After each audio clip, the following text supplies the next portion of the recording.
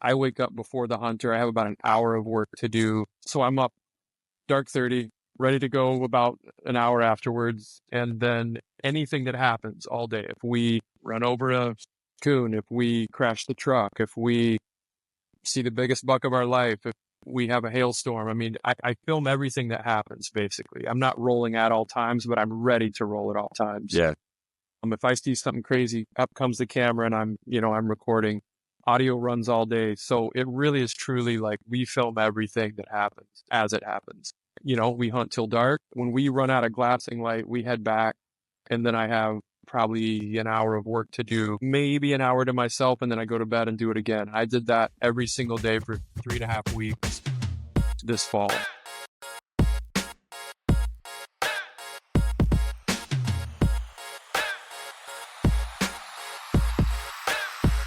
Let's go.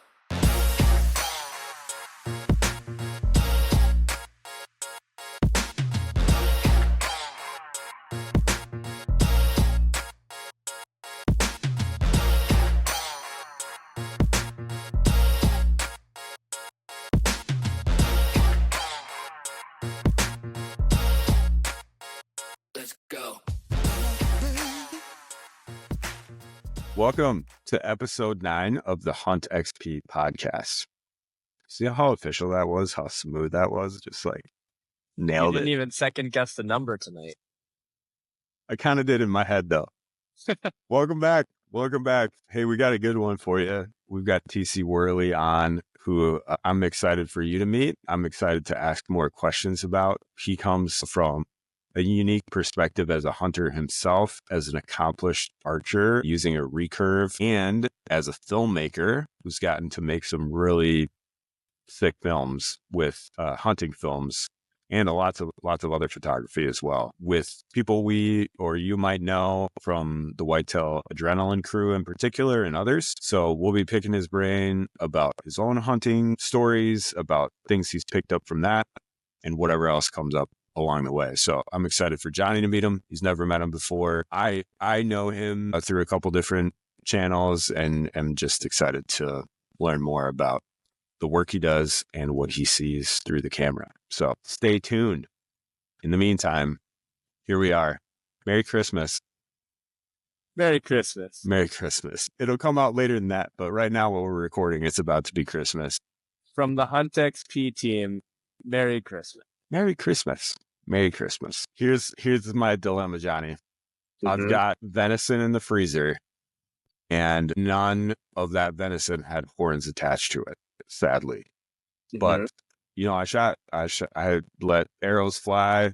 I got some shots in, got some venison in the freezer, so I feel good.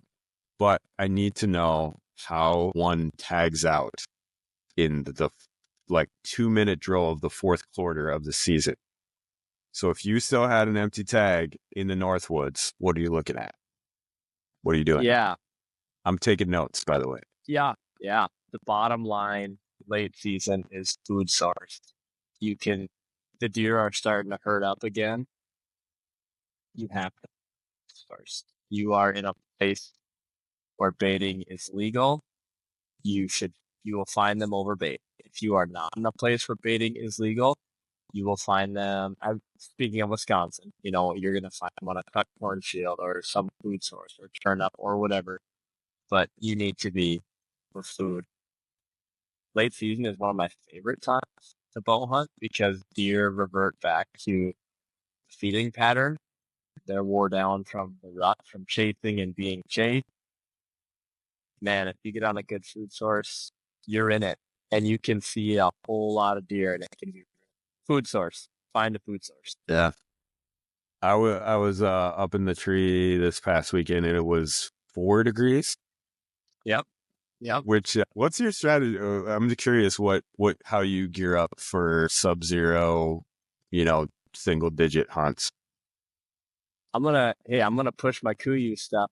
You gotta have the right gear. You gotta be able to layer, tons of brands for lots of layers. Kuiu, Sick, First Light. Actually, before I had any of that, I had a Scentlock suit from Cabela's that was a onesie. It was like a coverall piece. I have one of And those. Yeah. yeah, it's super warm, a little restrictive to dry your bulb, super warm. And I remember I shot, it was like 2016, and it was in January. It's like the last weekend, and it was sub-zero. It was like -8, I think. But I Mm. remember my Fitbit I was wearing at the time. I just remember this because it was so funny. My Fitbit at the time, I was so still in my tree that my Fitbit said I was sleeping. And yeah, it said I was like taking a nap during that time, which was not true because I ended up shooting a lot. I was so still. I remember like kind of call it being frozen to the tree, although I wasn't old. I was Yeah. layered well, but I just remember my watch saying, "You were so still, you were sleeping." But It's a yeah, I compliment, mean, man. You were it is. still. It's like I like learned something from that children to my kids. You got to sit still. I have an opposite Fitbit story that is hilarious to me. I was wearing a Fitbit and taking a trip to Kansas City from Minneapolis. And I was driving a Chevy Aveo, which I was rocking at the time. If you're not familiar with Chevy Aveos, they don't make them anymore, but they're about this big. And I had like this fire truck red Aveo, and it had like a tire issue or an axle issue, and it had a little bit of shimmy to it. So I'm going like 75 miles an hour and just kind of shaking a little bit down. I get down to Kansas City and I look at my Fitbit and it's like 100,000 steps. Yeah, I was like, you ran Just there. killed it. Just killed Yeah. it. This is like this huge peak of on the graph and then a huge descent. So I remember the basically the Chevy opposite. Aveo. I remember that vehicle of yours. You remember that? Yeah. Huh? One of my favorite pictures is I have this mount back there when I moved once, just like it consumed the whole back seat because it's such a whole. So there was like my stuff. I think it was like moving somewhere during college or something. And then there's this huge mount in the back of this tiny little vehicle. Good times. Did you know that you can use AI to become a better hunter? Here's what you got to do. Our team at Huntxp has built a custom AI. We call it Crockett. And it is the combination of the power of AI and the collective wisdom of hunters for many years mashed up together and put right in your pocket, right in the field where you can level up your hunting game. You can ask it things like, what's the best broadhead setup for my situation? What's the best day to hunt this week? All sorts of questions. You can take pictures of the snake you almost stepped on in South Dakota and say, is this a rattlesnake? That's something that actually happened to us. It's super fun. Our community is having a great time building this. We'd love for you to join in at huntxp.com. Join us. What are your thoughts or opinions on heated garments? So I've never used them. Certainly not against them. I just, for lack of a better term, I think sometimes I'm a cheapskate with some stuff. Like if I got one as a gift, I'd wear it. But my cousin this year for hunting season, he had some heated socks. I was like, "Hey, are they a game changer?" And he's like, "Oh yeah, they're a game changer." And you control them with an app on your phone, apparently. So Oh my gosh. yeah, I think that's pretty fantastic. And I think like I would certainly wear a heated vest, heated jacket, heated socks, whatever. I just haven't used them. So certainly not against them. You got it. It keeps you in the tree, whatever. I got some. I changed the heated socks not too long ago and it's nice, but it's a bit risky because I bought the cheaper version, maybe $50 for the pair. And so they do the trick, and I only wear one pair of socks with some heftier. I have like Arctic Pros, Muck Arctic Pros that I wear them with. And you got to regulate the heat a little bit because you can't. And the big risk is if they fail, you're just SOL with a super thin cotton sock Yeah. in a cold day. But Yeah. that really hasn't happened yet. Where it gets a little dicey is like long opening day sit. Like if you're a whole day sit for like rifle opener or you're doing a rut sit and it's like super cold, then it's a little dicey because you got a battery sitting out there in the cold weather. So it's a bit of a gamble, at least the stuff that I use. And then I have a Numa. And I looked at a bunch of different vests. So you can get like outer layer vests that are like the puffy heated situation. The problem with those is they're so far out from your body that you lose a lot of heat externally. Like that heat doesn't necessarily come back to you unless you're layered well. So I Sure. bought the one that goes right to skin, and that thing's freaking nice. Like when you're Yeah. chilled, Yeah. you push the button and it's like a campfire. You're like huddled up by it. It's pretty awesome. So, and That is awesome. you don't need to layer as much. But again, your SOL if the battery fails on you or if it goes faster. So you have to do a little bit more game planning for long-term stuff. Something to look into, huh? Tell us what you think about heated garments. I'm sure there's some opinions about that. I'm sure some old school folks are going to be like, heated garments, my gosh. And I'm going to be like, you're probably sitting in a box insulated blind. So just shut it. With a buddy heater.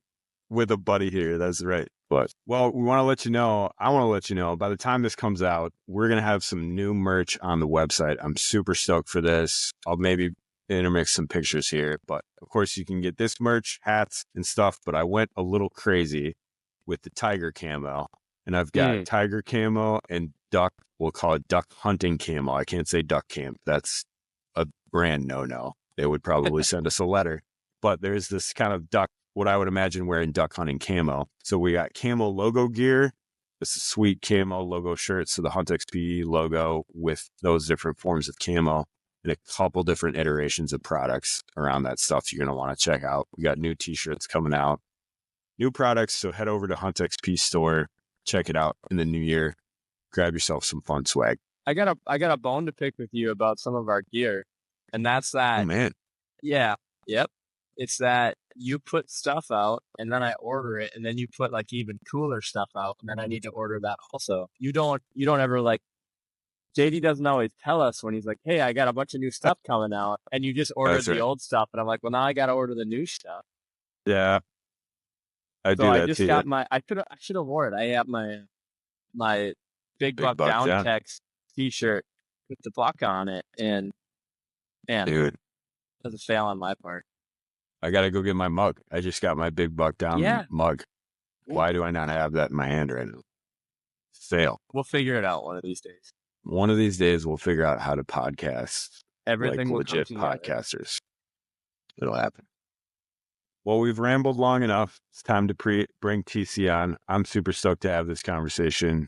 Let's bring him on the pod. All right. TC, you're here, man. Good to have you on the pod. Yeah, it's great to have you. Appreciate you guys asking me to come. Absolutely. Well, why don't you introduce yourself a little bit to the Huntxp community and people watching? Okay, I'm TC Worley. I'm a self-employed photographer, filmmaker. I think most notably what brings me on your podcast is the work I've done filming hunters and just sort of all the outdoorsy stuff. But yeah, I do quite a range of things throughout the year, but in the fall, I'm in the deer woods. Filming and hunting, correct? I do, yeah. That's how I got into filming hunting, was just being passionate about hunting. Yeah. So, fun fact, if you want to hunt, you should not become a hunting filmmaker. It's hard to do both, but I do. I try to manage, getting a little bit of hunting in, going and doing my film work. And in fact, I'm going hunting tomorrow. So it's, is it okay if I say the date, or are we trying to hide when this happens? So what is it? December, I don't even know. December 22nd. 22nd. Right now. So I'm going hunting tomorrow. I'm looking for a buzzer beater. I'm just looking for meat in the freezer.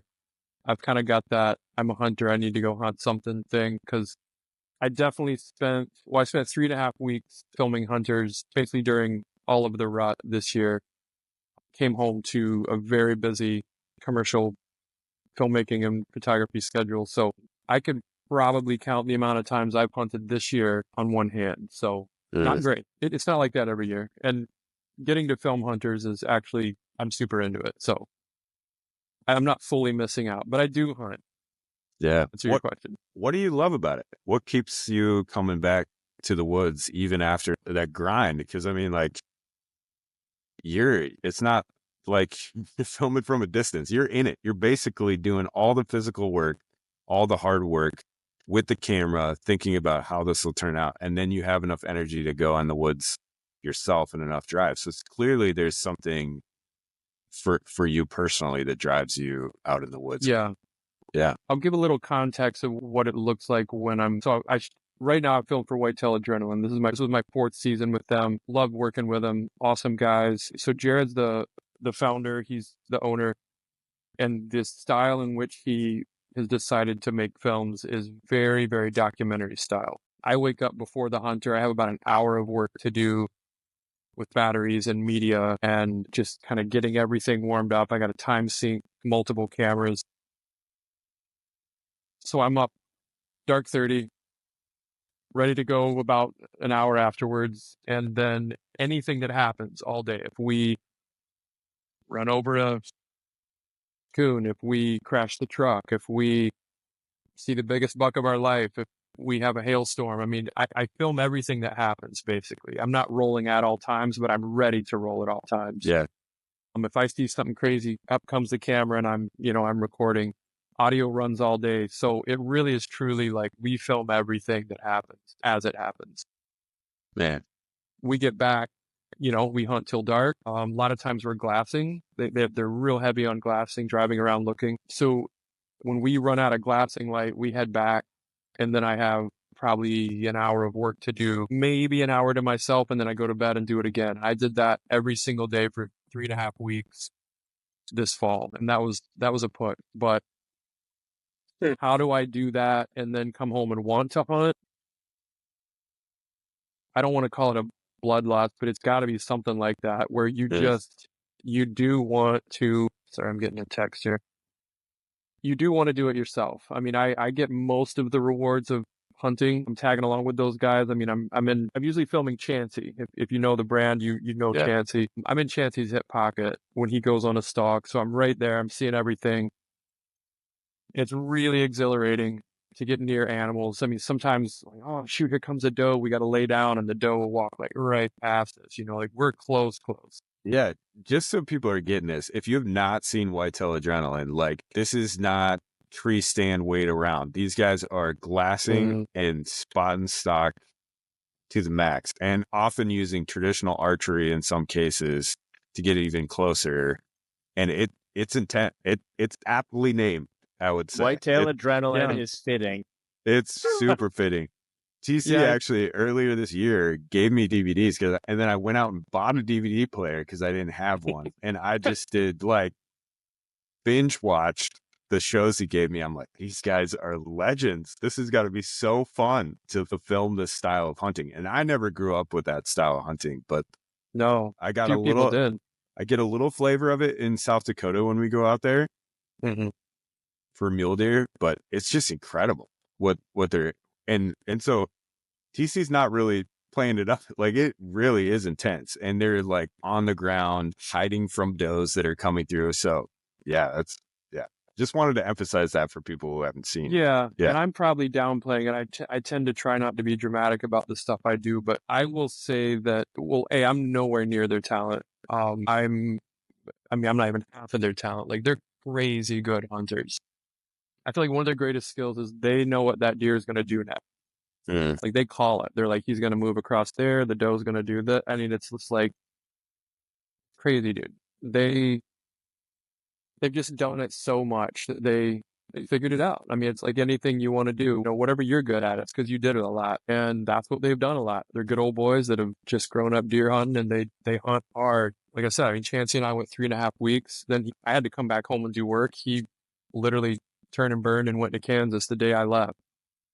The guys put the time in. Someone asked me this year, like, do they grind harder than anybody? And I was like, I don't know, but I got to imagine probably, yeah.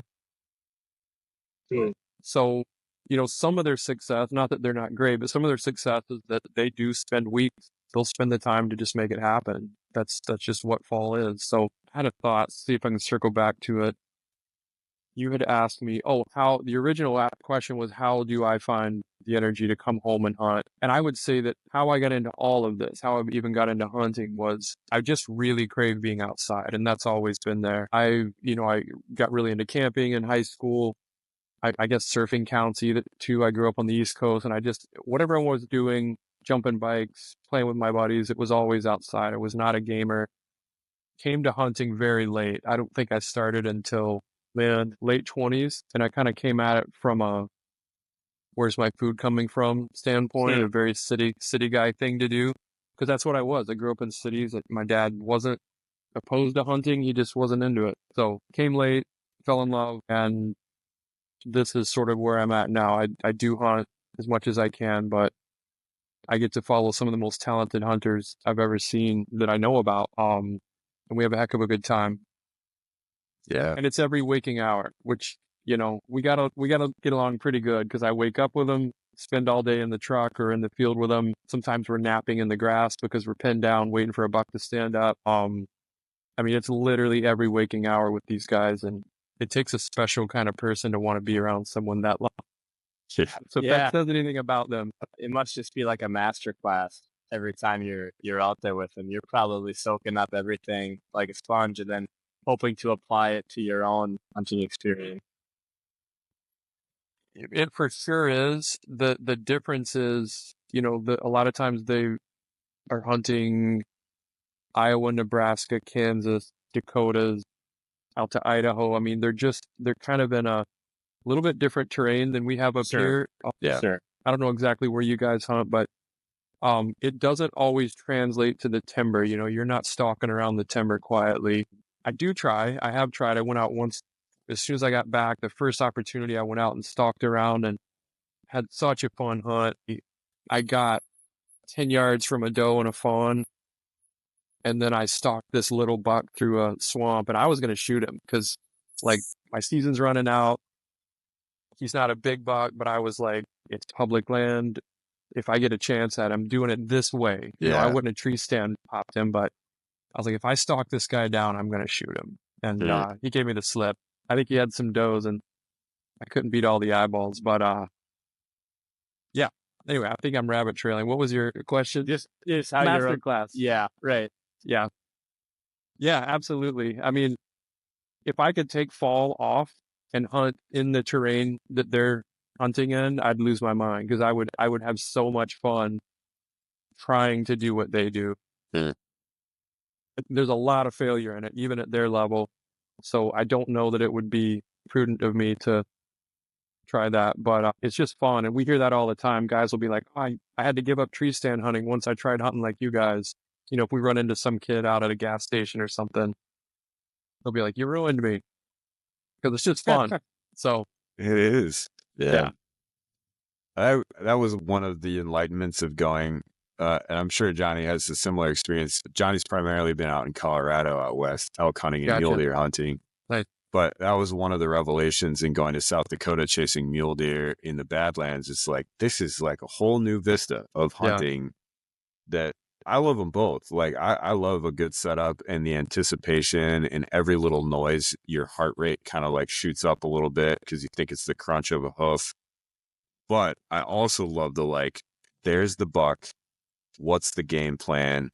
Where's the wind? Like, that's just so much fun. And like watching them bed down and then making an approach, it's a different level of challenge, and it's a lot of fun.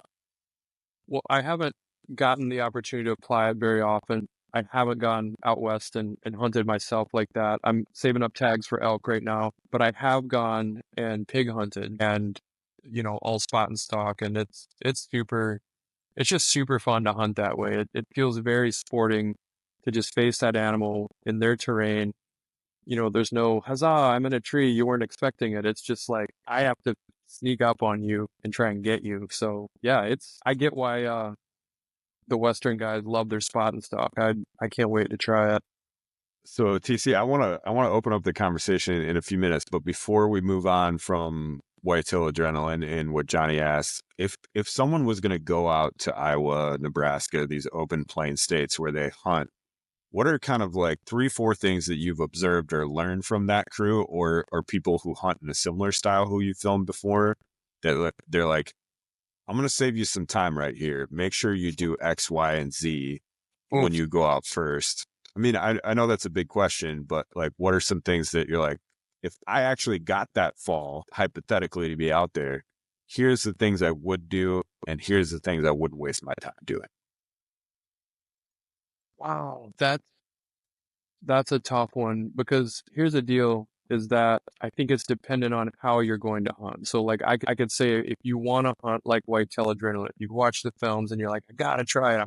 I gotta tag for Nebraska, or the Dakotas, whatever.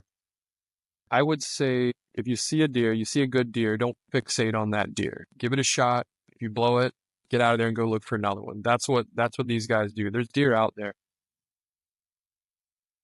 I don't even know if I can, I know I just made it sound so great, but I don't know if I can tell someone you should hunt like this, because even with these guys, it takes a long time. Like we went on so many stalks this year, and for one reason or another, might have been a guy on a, ATV driving past, or it might be a vehicle drives past and the animals didn't spook with the last 3 vehicles, but they spooked on this one and now hunt over. So it's hard to say you should go out and do that, because that's a very time consuming way to hunt. But I would say you find an animal, make a play. If it doesn't work out, get out of there. Don't come back the next day looking for him unless you just haven't seen any other animals. I'm saying him because I'm assuming guys want to kill bucks. That's one takeaway I think from Whitetail Adrenaline that was one of the more eye-opening things, is that they will walk away from a 160-inch deer. And I mean, sure, we might come back and look for him, but we're not camped there for the rest of the week. Like, we had a chance, that one didn't work out. We got to go look for another chance, and it could be across the county. It could be, some other piece of public. It might be a door knock situation where we just saw a deer running across somebody's field and now he's in a woodlot. Let's go see if they'll let us hunt. That's sort of the uncuffed idea. And the uncuffed means the ethic of hunting public land only, which has been sort of the way Whitetail Adrenaline has done it. In their last film, which I don't think you guys have seen, was the uncuffed season. And what that means is their own made up term for basically saying you can now go to someone's house, ask permission to hunt. It doesn't have to be public land, but you have to get permission from the owner, which is kind of just, they're trying to keep it relatable, because there's nothing stopping you guys and myself from doing the same thing. It may not be public, but if you're like, hey, this is a cornfield, I saw a deer out there, do you mind if I go after it? It's still available to everyone. It's different than a lease, is what you're saying. It's different than a lease, or like, this is my grandpa's place and I always hunt here. It's like you did the work to build a relationship, to find that animal, and then go ask for permission. Exactly. That's what they mean by uncuffed. Yeah, thanks for clarifying. And yeah, there's a lot of places we can't go uncuffed in Iowa, for instance, because Chancey or Jared knows the people. So we can't be like, hey, it's a cool one over there. Mind if we, we got an in with you? That's all off limits. So as far as what you asked me about, advice, I'd say find an animal, make a play. If it doesn't work out, find another one. There's a lot of land, a lot of deer. Beyond that, I mean, take as much time off as you can. Jared talks about being passively aggressive, and I think what he means by that, and this is just like subconscious to him. Like, he knows when to move, when to stop. Sometimes he messes up, obviously, but you can't just wait and hope that the animal's going to come to you sometimes. And that's why they've adopted, to some degree, the way they hunt. So I think that's what's most frustrating about a tree stand. I mean, how many times have you had the deer at 50 yards when you need him at 35 or less? Yeah. And there's nothing you can do. There he goes. It's cool to see him. Maybe get your phone out. And I think that's why, he talks about being passively aggressive, is kind of knowing when to just maybe move towards that animal. Are they not alert? Then use the terrain, go tree to tree, whatever you can do, make something happen. Don't wait for something to come to you. That's tough. It's a lot of failure in that, like I said earlier. And I don't know. I don't feel like I'm the guy to ask. I think Jared could answer that question better, maybe Chancey, but I'm a little hesitant to say more than that, just because I haven't even done it myself. I actually am pulling tags for Iowa, but that takes like 5 years or something. So that's for future me. I got a lot of time to figure it out. Open this up a little bit, man, because you've done work with Whitetail Adrenaline, but you've also filmed many hunters. And so give us a quick landscape of the experiences that you've gotten to have as a filmmaker. Some of the things I feel most fortunate about are just the places that it's taken me, and the things that I get to see. Like this season, I might have just been in Iowa, but I saw the sunrise and sunset 3.5 weeks in a row. That's something, man. When I get tired, when I start thinking, and I got stuff to do at home. I haven't seen my wife. What are my kids doing? That's one of the perks I need to remind myself of. Like, that's rare. So even in a place that may not seem exotic to you, I feel like there's a lot of really awesome things that happen for me. But I've also, with my work in general, not just hunting, I've traveled all over the world. I don't know how many countries I've been to now, but I've filmed hunting in Mexico, Alaska a number of times. I think I've spent, probably like 10 weeks in Alaska. 8 of them were in a row. I went on a really big trip and hunted multiple animals. I filmed someone hunting multiple animals. But yeah, float planes, ship, just rafting down rivers, like on a moose hunt. I mean, that's where some people are like, is that work? It seems like you're on vacation.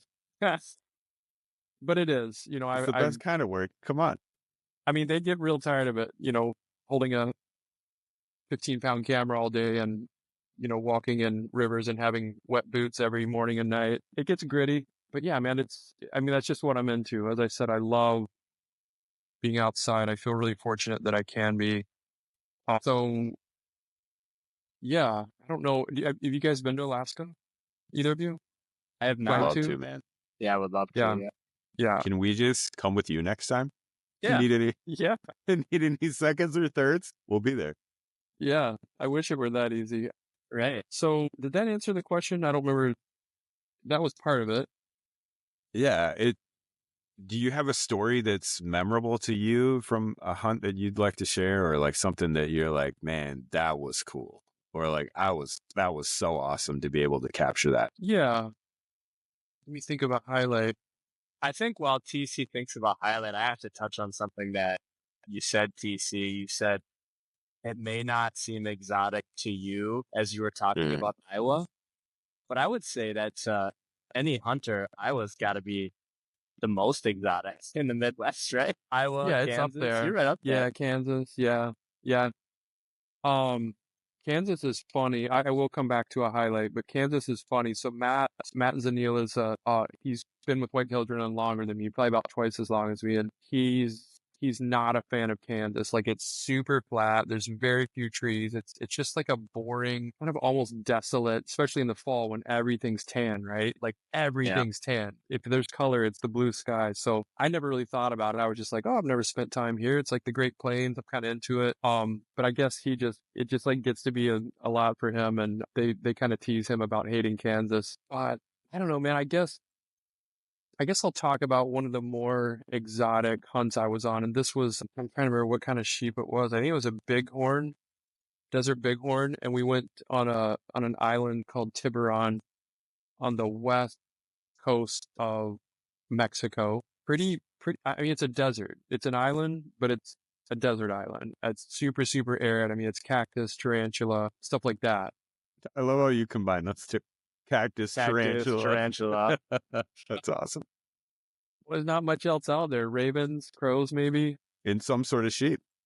Yeah, and it was just super interesting. I mean, we had, of course, Mexican guides, and they were awesome, and they made like homemade food every night. They make salsa like right there every night, and just being in such a foreign place and really like being there long enough to build a relationship with it, where you just start to kind of feel comfortable there. That might be my favorite thing, because I'm truly adventurous. It's in its spirit. I love getting uncomfortable to a degree. I don't always want to be uncomfortable, but I'm okay being uncomfortable if it means I get something out of it, like some special experience. And so kind of loved that hunt. And we were out there for a very large ram. I was with a hunter that, it's not enough to just go shoot a ram. It's got to be a giant ram. And I don't know. I mean, we hiked for days and days. I think we rode like 8 hours on a side-by-side to get to the area where we wanted to hunt. And then every day we just walk and glass and sit down for an hour and just look and be like, okay, let's keep moving, and drop tent and make a little fire at night, sleep, get up and do it all again. I mean, it was, to me, those are kind of, I think when I'm older and I can't do things like that, I think I'll be like, I'm just so lucky I got to do that stuff. And hunting with Whitetail Adrenaline is very different, but I get to see world-class deer up and personal. And I mean, if they get to shoot one, I'm holding this thing with them. I'm celebrating with them. And it's pretty neat, man. I try not to lose that where of I get to do this. I mean, because it can become just what I do, but pretty neat. And I try to step back and see it that way. So yeah, that wasn't really a story. It was just kind of a description. I'll say this, I'm kind of dodging the story element because that was when I was working for a hunter that I've since tried to distance myself from as sort of a matter of and ethics as it relates to both people and animals. And it wasn't a fit for me. It was probably the best way to encapsulate it, but pretty neat hunts. I went on some pretty neat hunts with that individual, and however it may not have worked out, I'm still super grateful for the opportunities. Yeah. TC, if you're comfortable with it, I'd love to ask you a little bit about that, because the uniqueness of your exposure to different hunters and different hunting scenarios, I feel like unlike most people, the volume of types of hunt and hunting scenarios that you've gotten to take in has probably formed in you this appreciation, or like you just referenced, maybe a bad taste in your mouth or a disagreement with approach. So I'm just super curious, have you grown to appreciate in a hunter? What have you grown to appreciate in the way a hunter goes about what they do, having had so much exposure to all that? Yeah. I think the most relatable way to start it is absolutely fair chase. I don't care if you bait, like if it's legal where you hunt and that's what hunting is to you. If it's just increase my odds at all odds, do it. But it doesn't interest me. I don't think it makes for good filmmaking. So fair chase it's just what I'm interested in. I'm also interested in someone that truly is passionate and they're doing it because they want to do it. They're not doing it because they want the attention or they want to be the guy holding this massive, like it's an ego thing for them. And they've got to, like, every year they've got to kill the biggest thing, because when people get to that point, they start rounding the corners on maybe what they should be doing.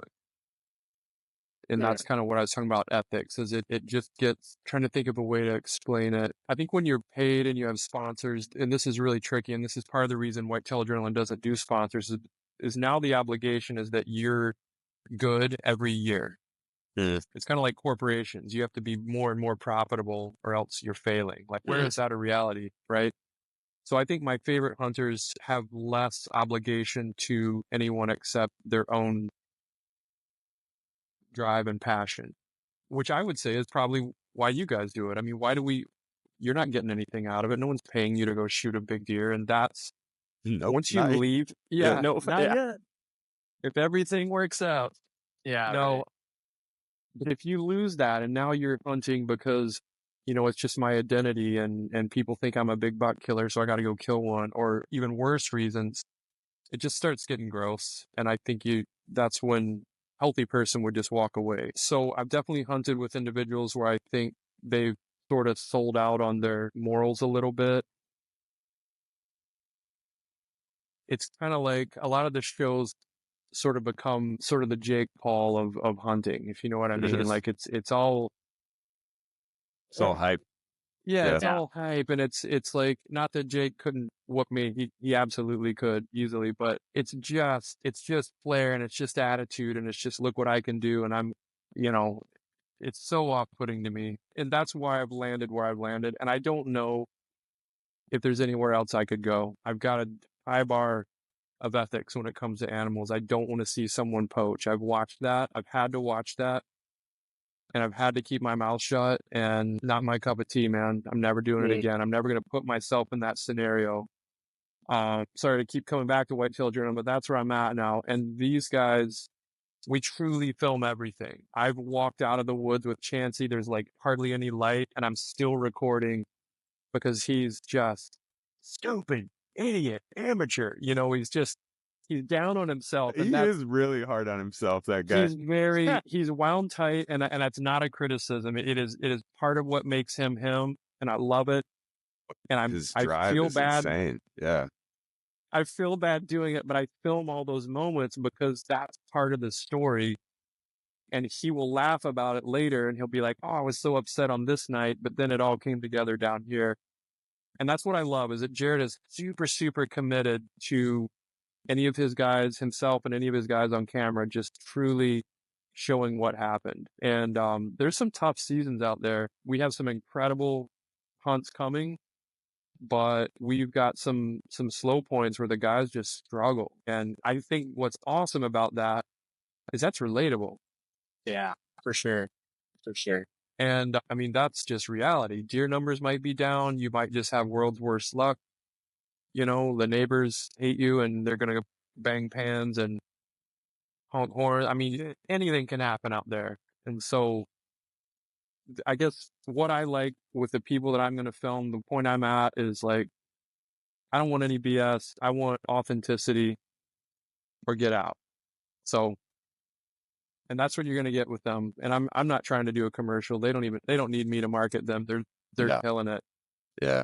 But that's why I stick around. If they ever change that ethic, I'll go back to just filming corporate and advertising, you know, what keeps me busy the rest of the year. So I just want to just appreciate the work you do, because everything you just articulated is part of the big reason why hunting came back into my life, because I realized that it was so much more than getting the biggest buck on the buckboard. It's one of the biggest contributions filmmakers like yourself have made to hunting in our time.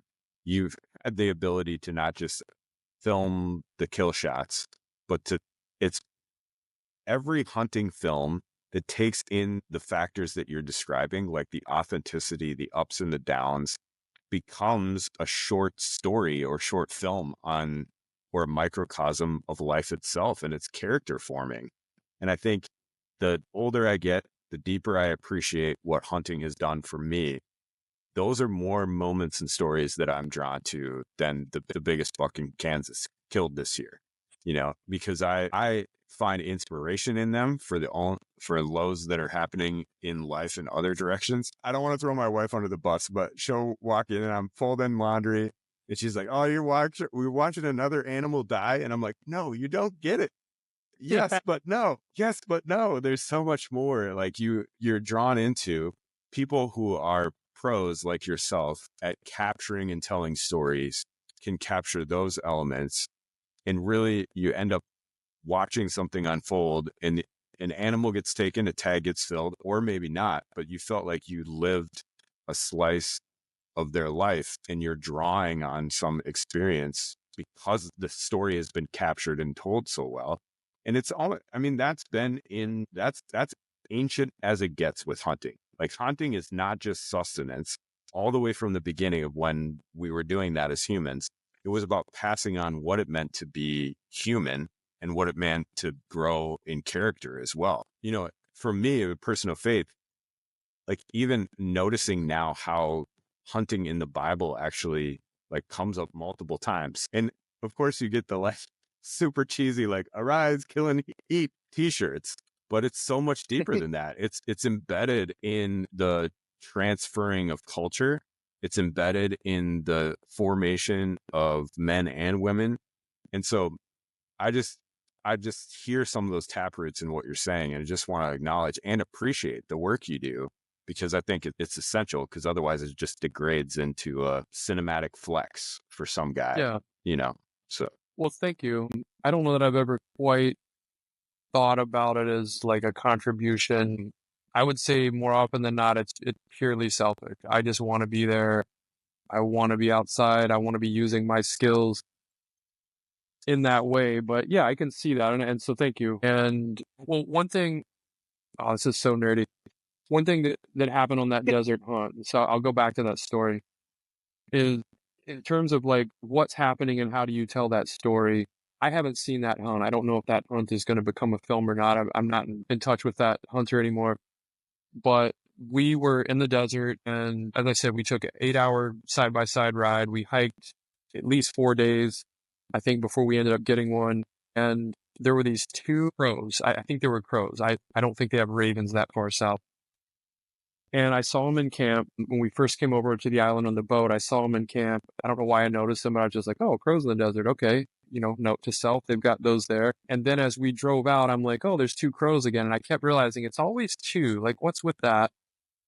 And then in talking with the hunter and the guide, I realized that the crows, and you probably heard of this, they're wicked smart, right? So they were following us because they knew why we were there. They knew that at the end of our trip, there was probably a gut pile. And in fact, so once I learned that, I was like, that's so cool. Like, I'm such a nerd about nature. I'm like, I have to weave that into the story. So I started filming these crows anytime I saw them. Like I said, I don't know if they're going to use it. But even the day that we shot it, they were flying, they were circling over the animal that the hunter ended up shooting. And That's we did wild. yeah, Before he shot him. Yeah, and I'm not saying they were like, he's right here. They might have just been like, this is about to happen. I don't know that they were helping us. Some would say, but just the fact that they were following us, they're just super smart. And so as part of the storytelling, that was just something that stood out to me. It's like, this is all woven together. This is older than us. These animals, this isn't like a new thing that people hunt.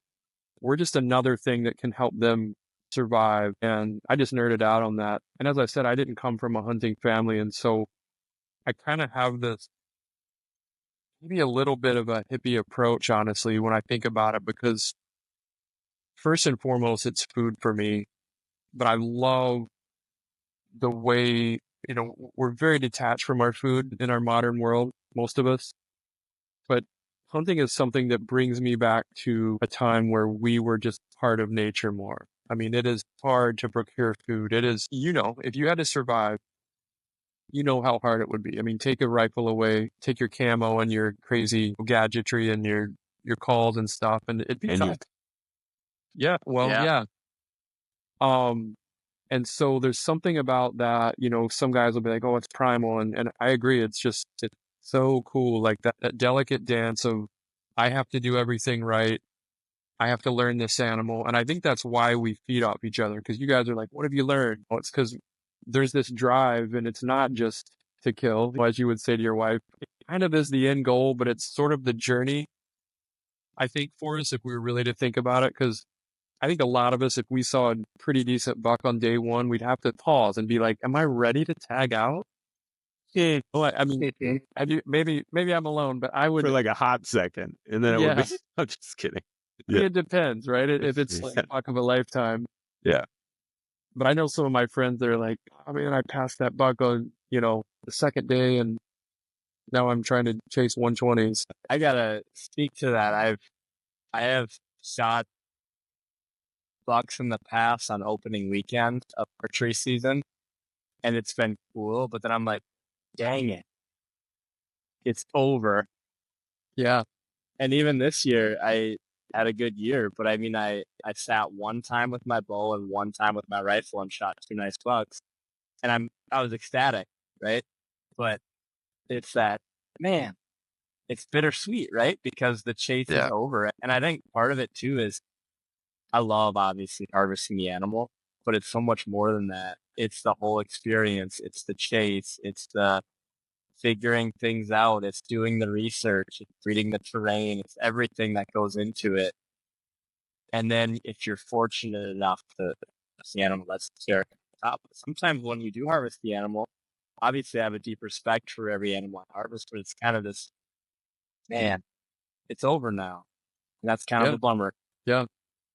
I think that's a sweet spot to stay in. I think when you quit feeling that way, you got to do a gut check, but I like that, man. Sure. Where do you hunt, Johnny? Not super specific, but yeah, where do you live and hunt? Yeah, primarily northern Wisconsin. Okay. Yeah. Ashland, Bayfield area. Yeah. Okay. Yeah. Right on. Yeah. Well, I want to ask you a little bit about your own hunting, because you hunt with a recurve, and that's been something you started with and stuck with. And so you're quite the accomplished. And then you had a podcast for several years talking about that style of hunting. So why recurve? Why did you stick with that? And what do you love about it? Why should we do it?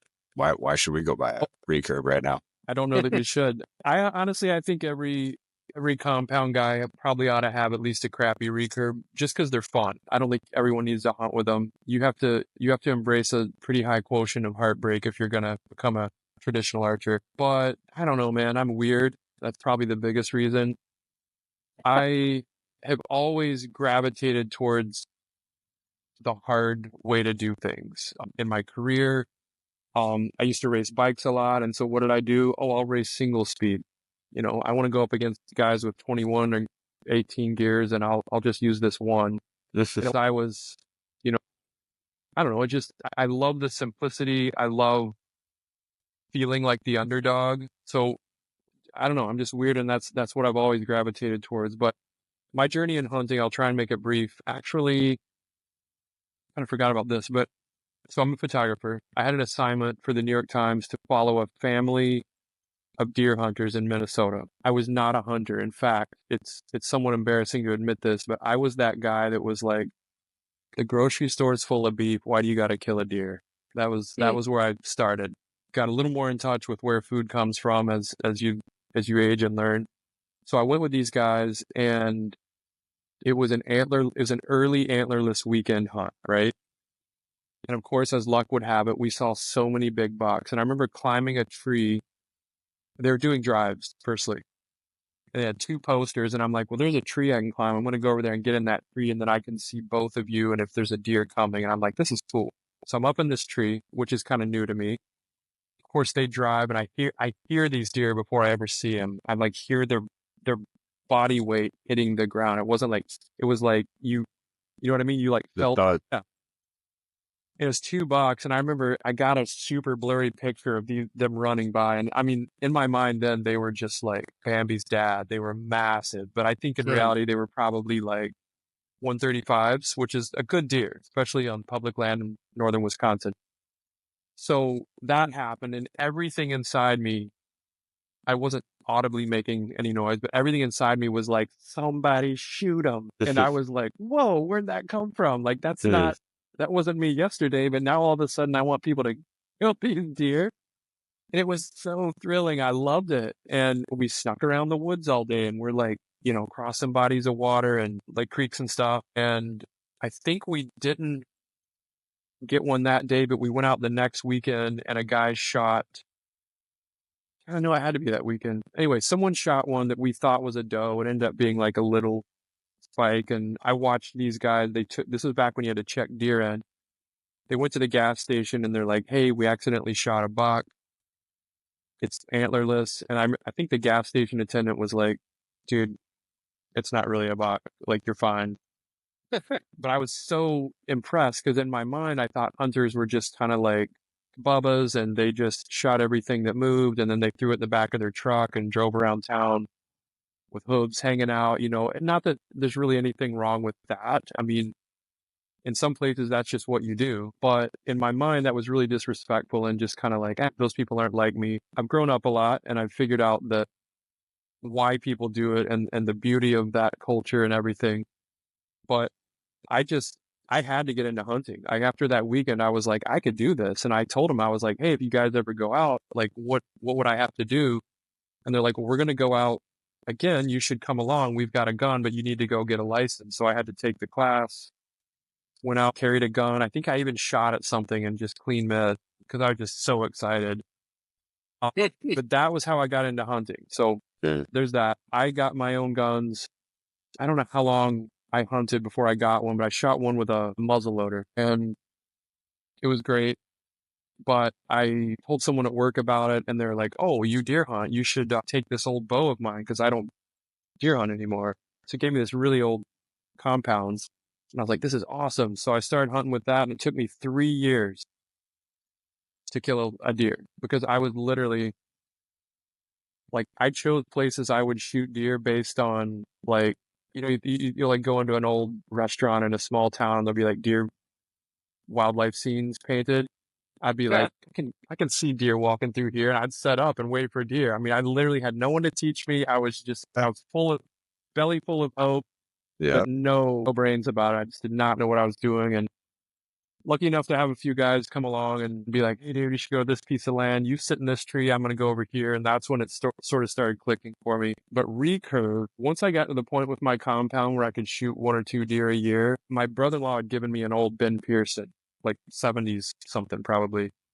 And I'd shot it, but I was like, I could never hunt with this. It's just, I got to be within 12 yards to hit something. And I was like, I've never been 12 yards from a deer in my life, so I can't hunt with it. And I just 1 year decided I'm gonna get serious and I'm gonna learn. And I shot a lot, and a buddy of mine sort of took the journey with me. He didn't have a nicer bow. He just had his dad's old Recurve. And so we both just jumped in feet first. And I think I got one that first year, it's probably like a yearling doe. But man, I was hooked. I couldn't believe it happened. It was a terrible shot. I hit her in the thigh, but I knocked out a main artery because it was just like a bloodbath. It was the craziest, but I just couldn't see doing it any other way. And so that was maybe 2010, 12, something like that. And I have been very committed to hunting with my Recurve. I will say, like right now in Minnesota, it's pretty cold. I'm going out tomorrow and I'm taking a compound because once I start having to put on a certain amount of layers, my arms get too big. And if you've ever shot traditional bow, you know that a lot of times you'll hit your arm, and I can't dress. I'm kind of a thin built dude and I can't dress warm enough and shoot my trad bow. So once it gets down to like, I don't know, sort of that freezing point, I just switch over. So try to get it done with the Recurve if I have time, but I'm compound for the rest of this year. And that big one that you sent me a picture of a really nice Northwoods buck. You shot that with your Recurve. Was that last year? Yeah, last season I shot what is my nicest with my Recurve. It's a 10-point. I didn't score it. He's not big enough to really get that excited about in terms of scoring. But beautiful animal. I had a ton of fun. I was hunting a buddy's property, and when you say Northwoods, this was more like central Wisconsin. For the record, I don't know. I mean, Northwoods to someone not in this state, this probably applies. But just to be clear, a buddy of mine has a pretty big chunk of property. I think I had work locally, so I didn't go film till the very end of October. So this was pretty late October, sort of the start of the prime rut. And yeah, he made a mistake. I don't know how in depth you want me to get about it, but I shot him at about 17 yards. He passed right under my tree. He apparently didn't know I was there. I heard like an inhale, and I thought, oh man, he's smelling where I stood or smelling the steps, and he's about to do, and he's gone. But he kept walking. I was able to turn, put a shot on him, and my buddy's property, if you are the first to shoot a deer out of a stand that you've put up, you get to name it. And I had to name that one Pincushion because it took a couple arrows. I like it. I like it. Find him, he dropped. I had to put another one in him, and then another one. So we called that one Pincushion. But I like it. We got him. That's so good. I got a quick question for you. Filming, I've really appreciated the conversations we've had on this podcast with filmmakers who also hunt. So if someone is trying to capture their own hunts or someone else's hunt, what's unique about a hunting film, and what's unique about how you approach hunting filming that someone should know that's beginning? What are you looking for? What are the elements of the stories you want to tell? You reference the like rolling all the time, which is good for the editor to have a lot of content, but what are you focused on trying to take in through that lens? Yeah, that's a good question, because sometimes I can't help but be to some degree critical when I watch stuff, because sometimes if I realize I'm losing interest, it's because it's how they presented the story. It might be an incredible story, but if they're failing to keep my attention, then I might not finish the piece. So I guess what I would say is something I see a lot is just someone talking to the camera, like too much. Like it's fine to talk to the camera, but if you're going on a 4-minute explanation and I haven't seen a squirrel or a deer or some pretty fall leaves or anything in the in-between, it just feels like I'm not actually watching a hunting video. I just start losing interest. So I would say You know, and this is just for anyone. If you're just filming your hunt for you and your friends, I would say there's probably so many things that happen that you could overlay your voice, use your voice as a voiceover, for just pretty footage, you know, and it might be time lapse or it might be, you know, not that squirrels are that interesting, but I totally filmed probably like 10 minutes worth of squirrel footage this fall because he is in this huge box squirrel and he came and he was just hanging out. And he was like super close. And I filmed him because there wasn't anything else happening, and that'll make the cut. Probably not much, but even in my commercial work, like if I was to do a film about, say, Huntxp, if all I did was point the camera at you guys talking, it just wouldn't be very interesting. No offense, but flip the script and put it on me. If it's just me talking about something, no one's going to watch that. So do your best. You know, they call it B-roll. Do your best to shoot something to fill that time. And then really, one of the harder things about being a filmmaker is sometimes you fixate on the work it took to get a shot or who you think the shot is. But if that shot doesn't serve the end piece, it's got to go. You can't be precious about your shots. And that's hard for me because you know, sometimes I'll abandon the story just for pretty shot because that's what got me into this in the first place is really cool looking stuff or really pretty shots. I have to catch myself and be like, does this contribute to the piece or not? Because your obligation is to the audience because they're the ones that are going to have to consume it. So, I don't know if that's helpful, if that was the sort of thing you're looking for. I think what's challenging, or I'm even noticing as like a barrier, is it's just hard to muster up and just say, I'm going to film as much as I can, even if this doesn't work out in the end, even if there isn't a thing. Like there's so much. And I think it's just a habit or muscle that if you want to capture hunts, you have to build. I'm noticing you just got to film a bunch of stuff. You got to get that B-roll. You got to get that and think in terms of story.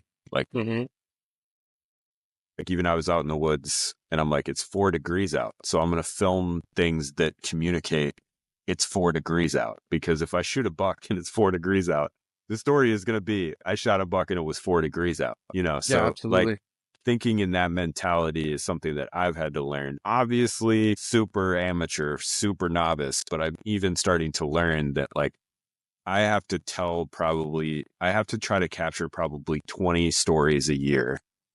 And one of them maybe makes it on Huntxp's channel, you know, and that's but to be in the storytelling mode behind the camera as it's happening is a part of the beginning.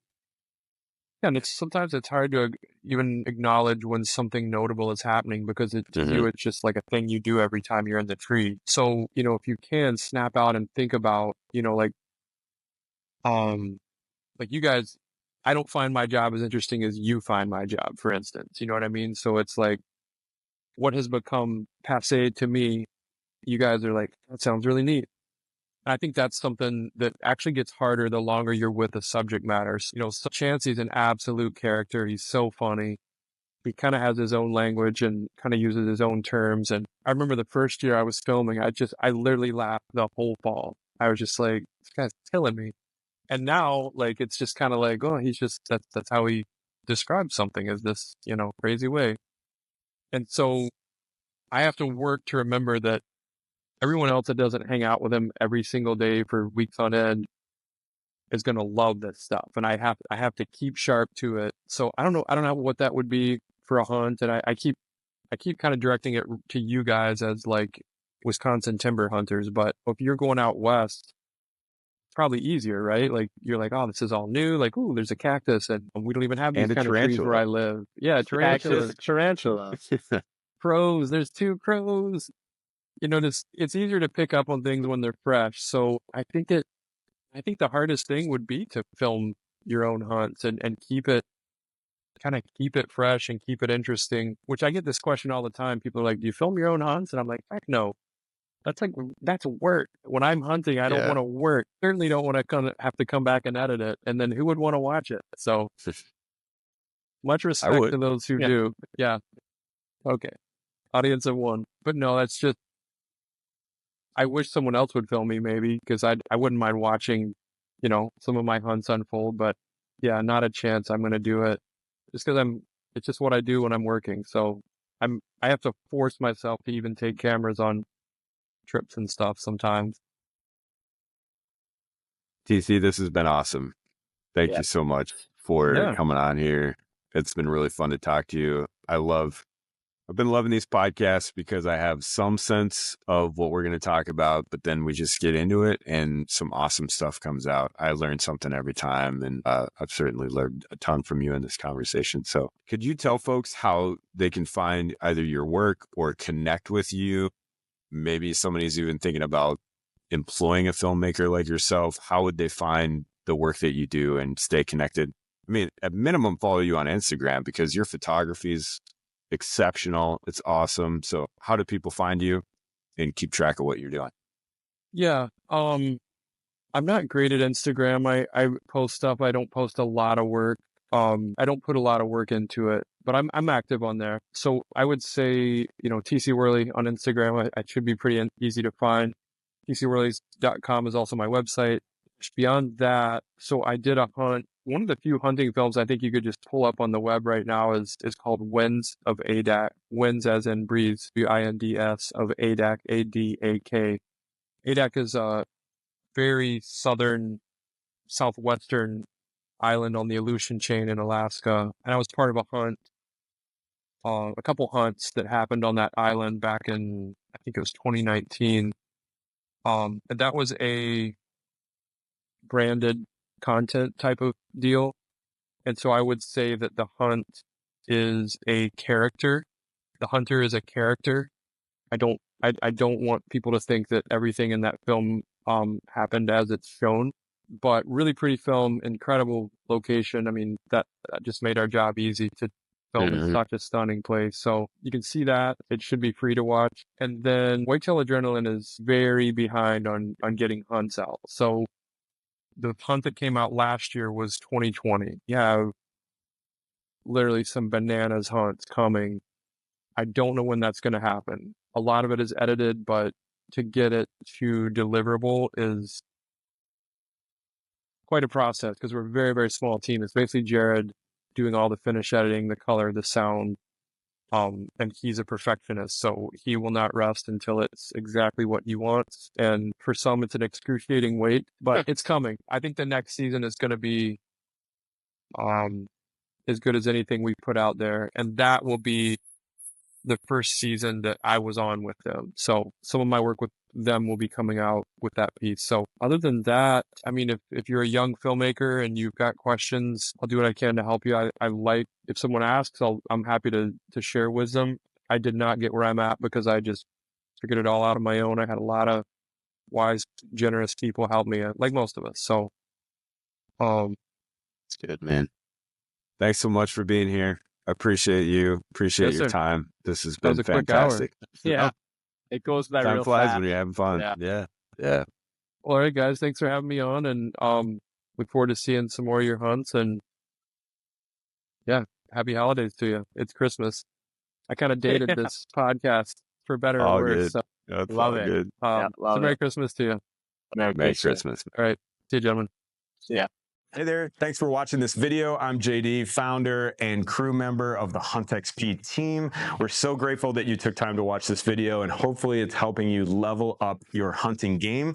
That's what we in our community is all about, and we want to invite you into this growing community of hunters. It's all about leveling up each other's hunting game. So the first thing you can do is like and subscribe, but even more than that, we got some fun things going on over at our website, Huntxp.com. We'd love for you to join our community there and stay connected with what we're doing, what we're working on, and we'd love to hear about what you're after. So thank you for watching this video. We'll see you next time.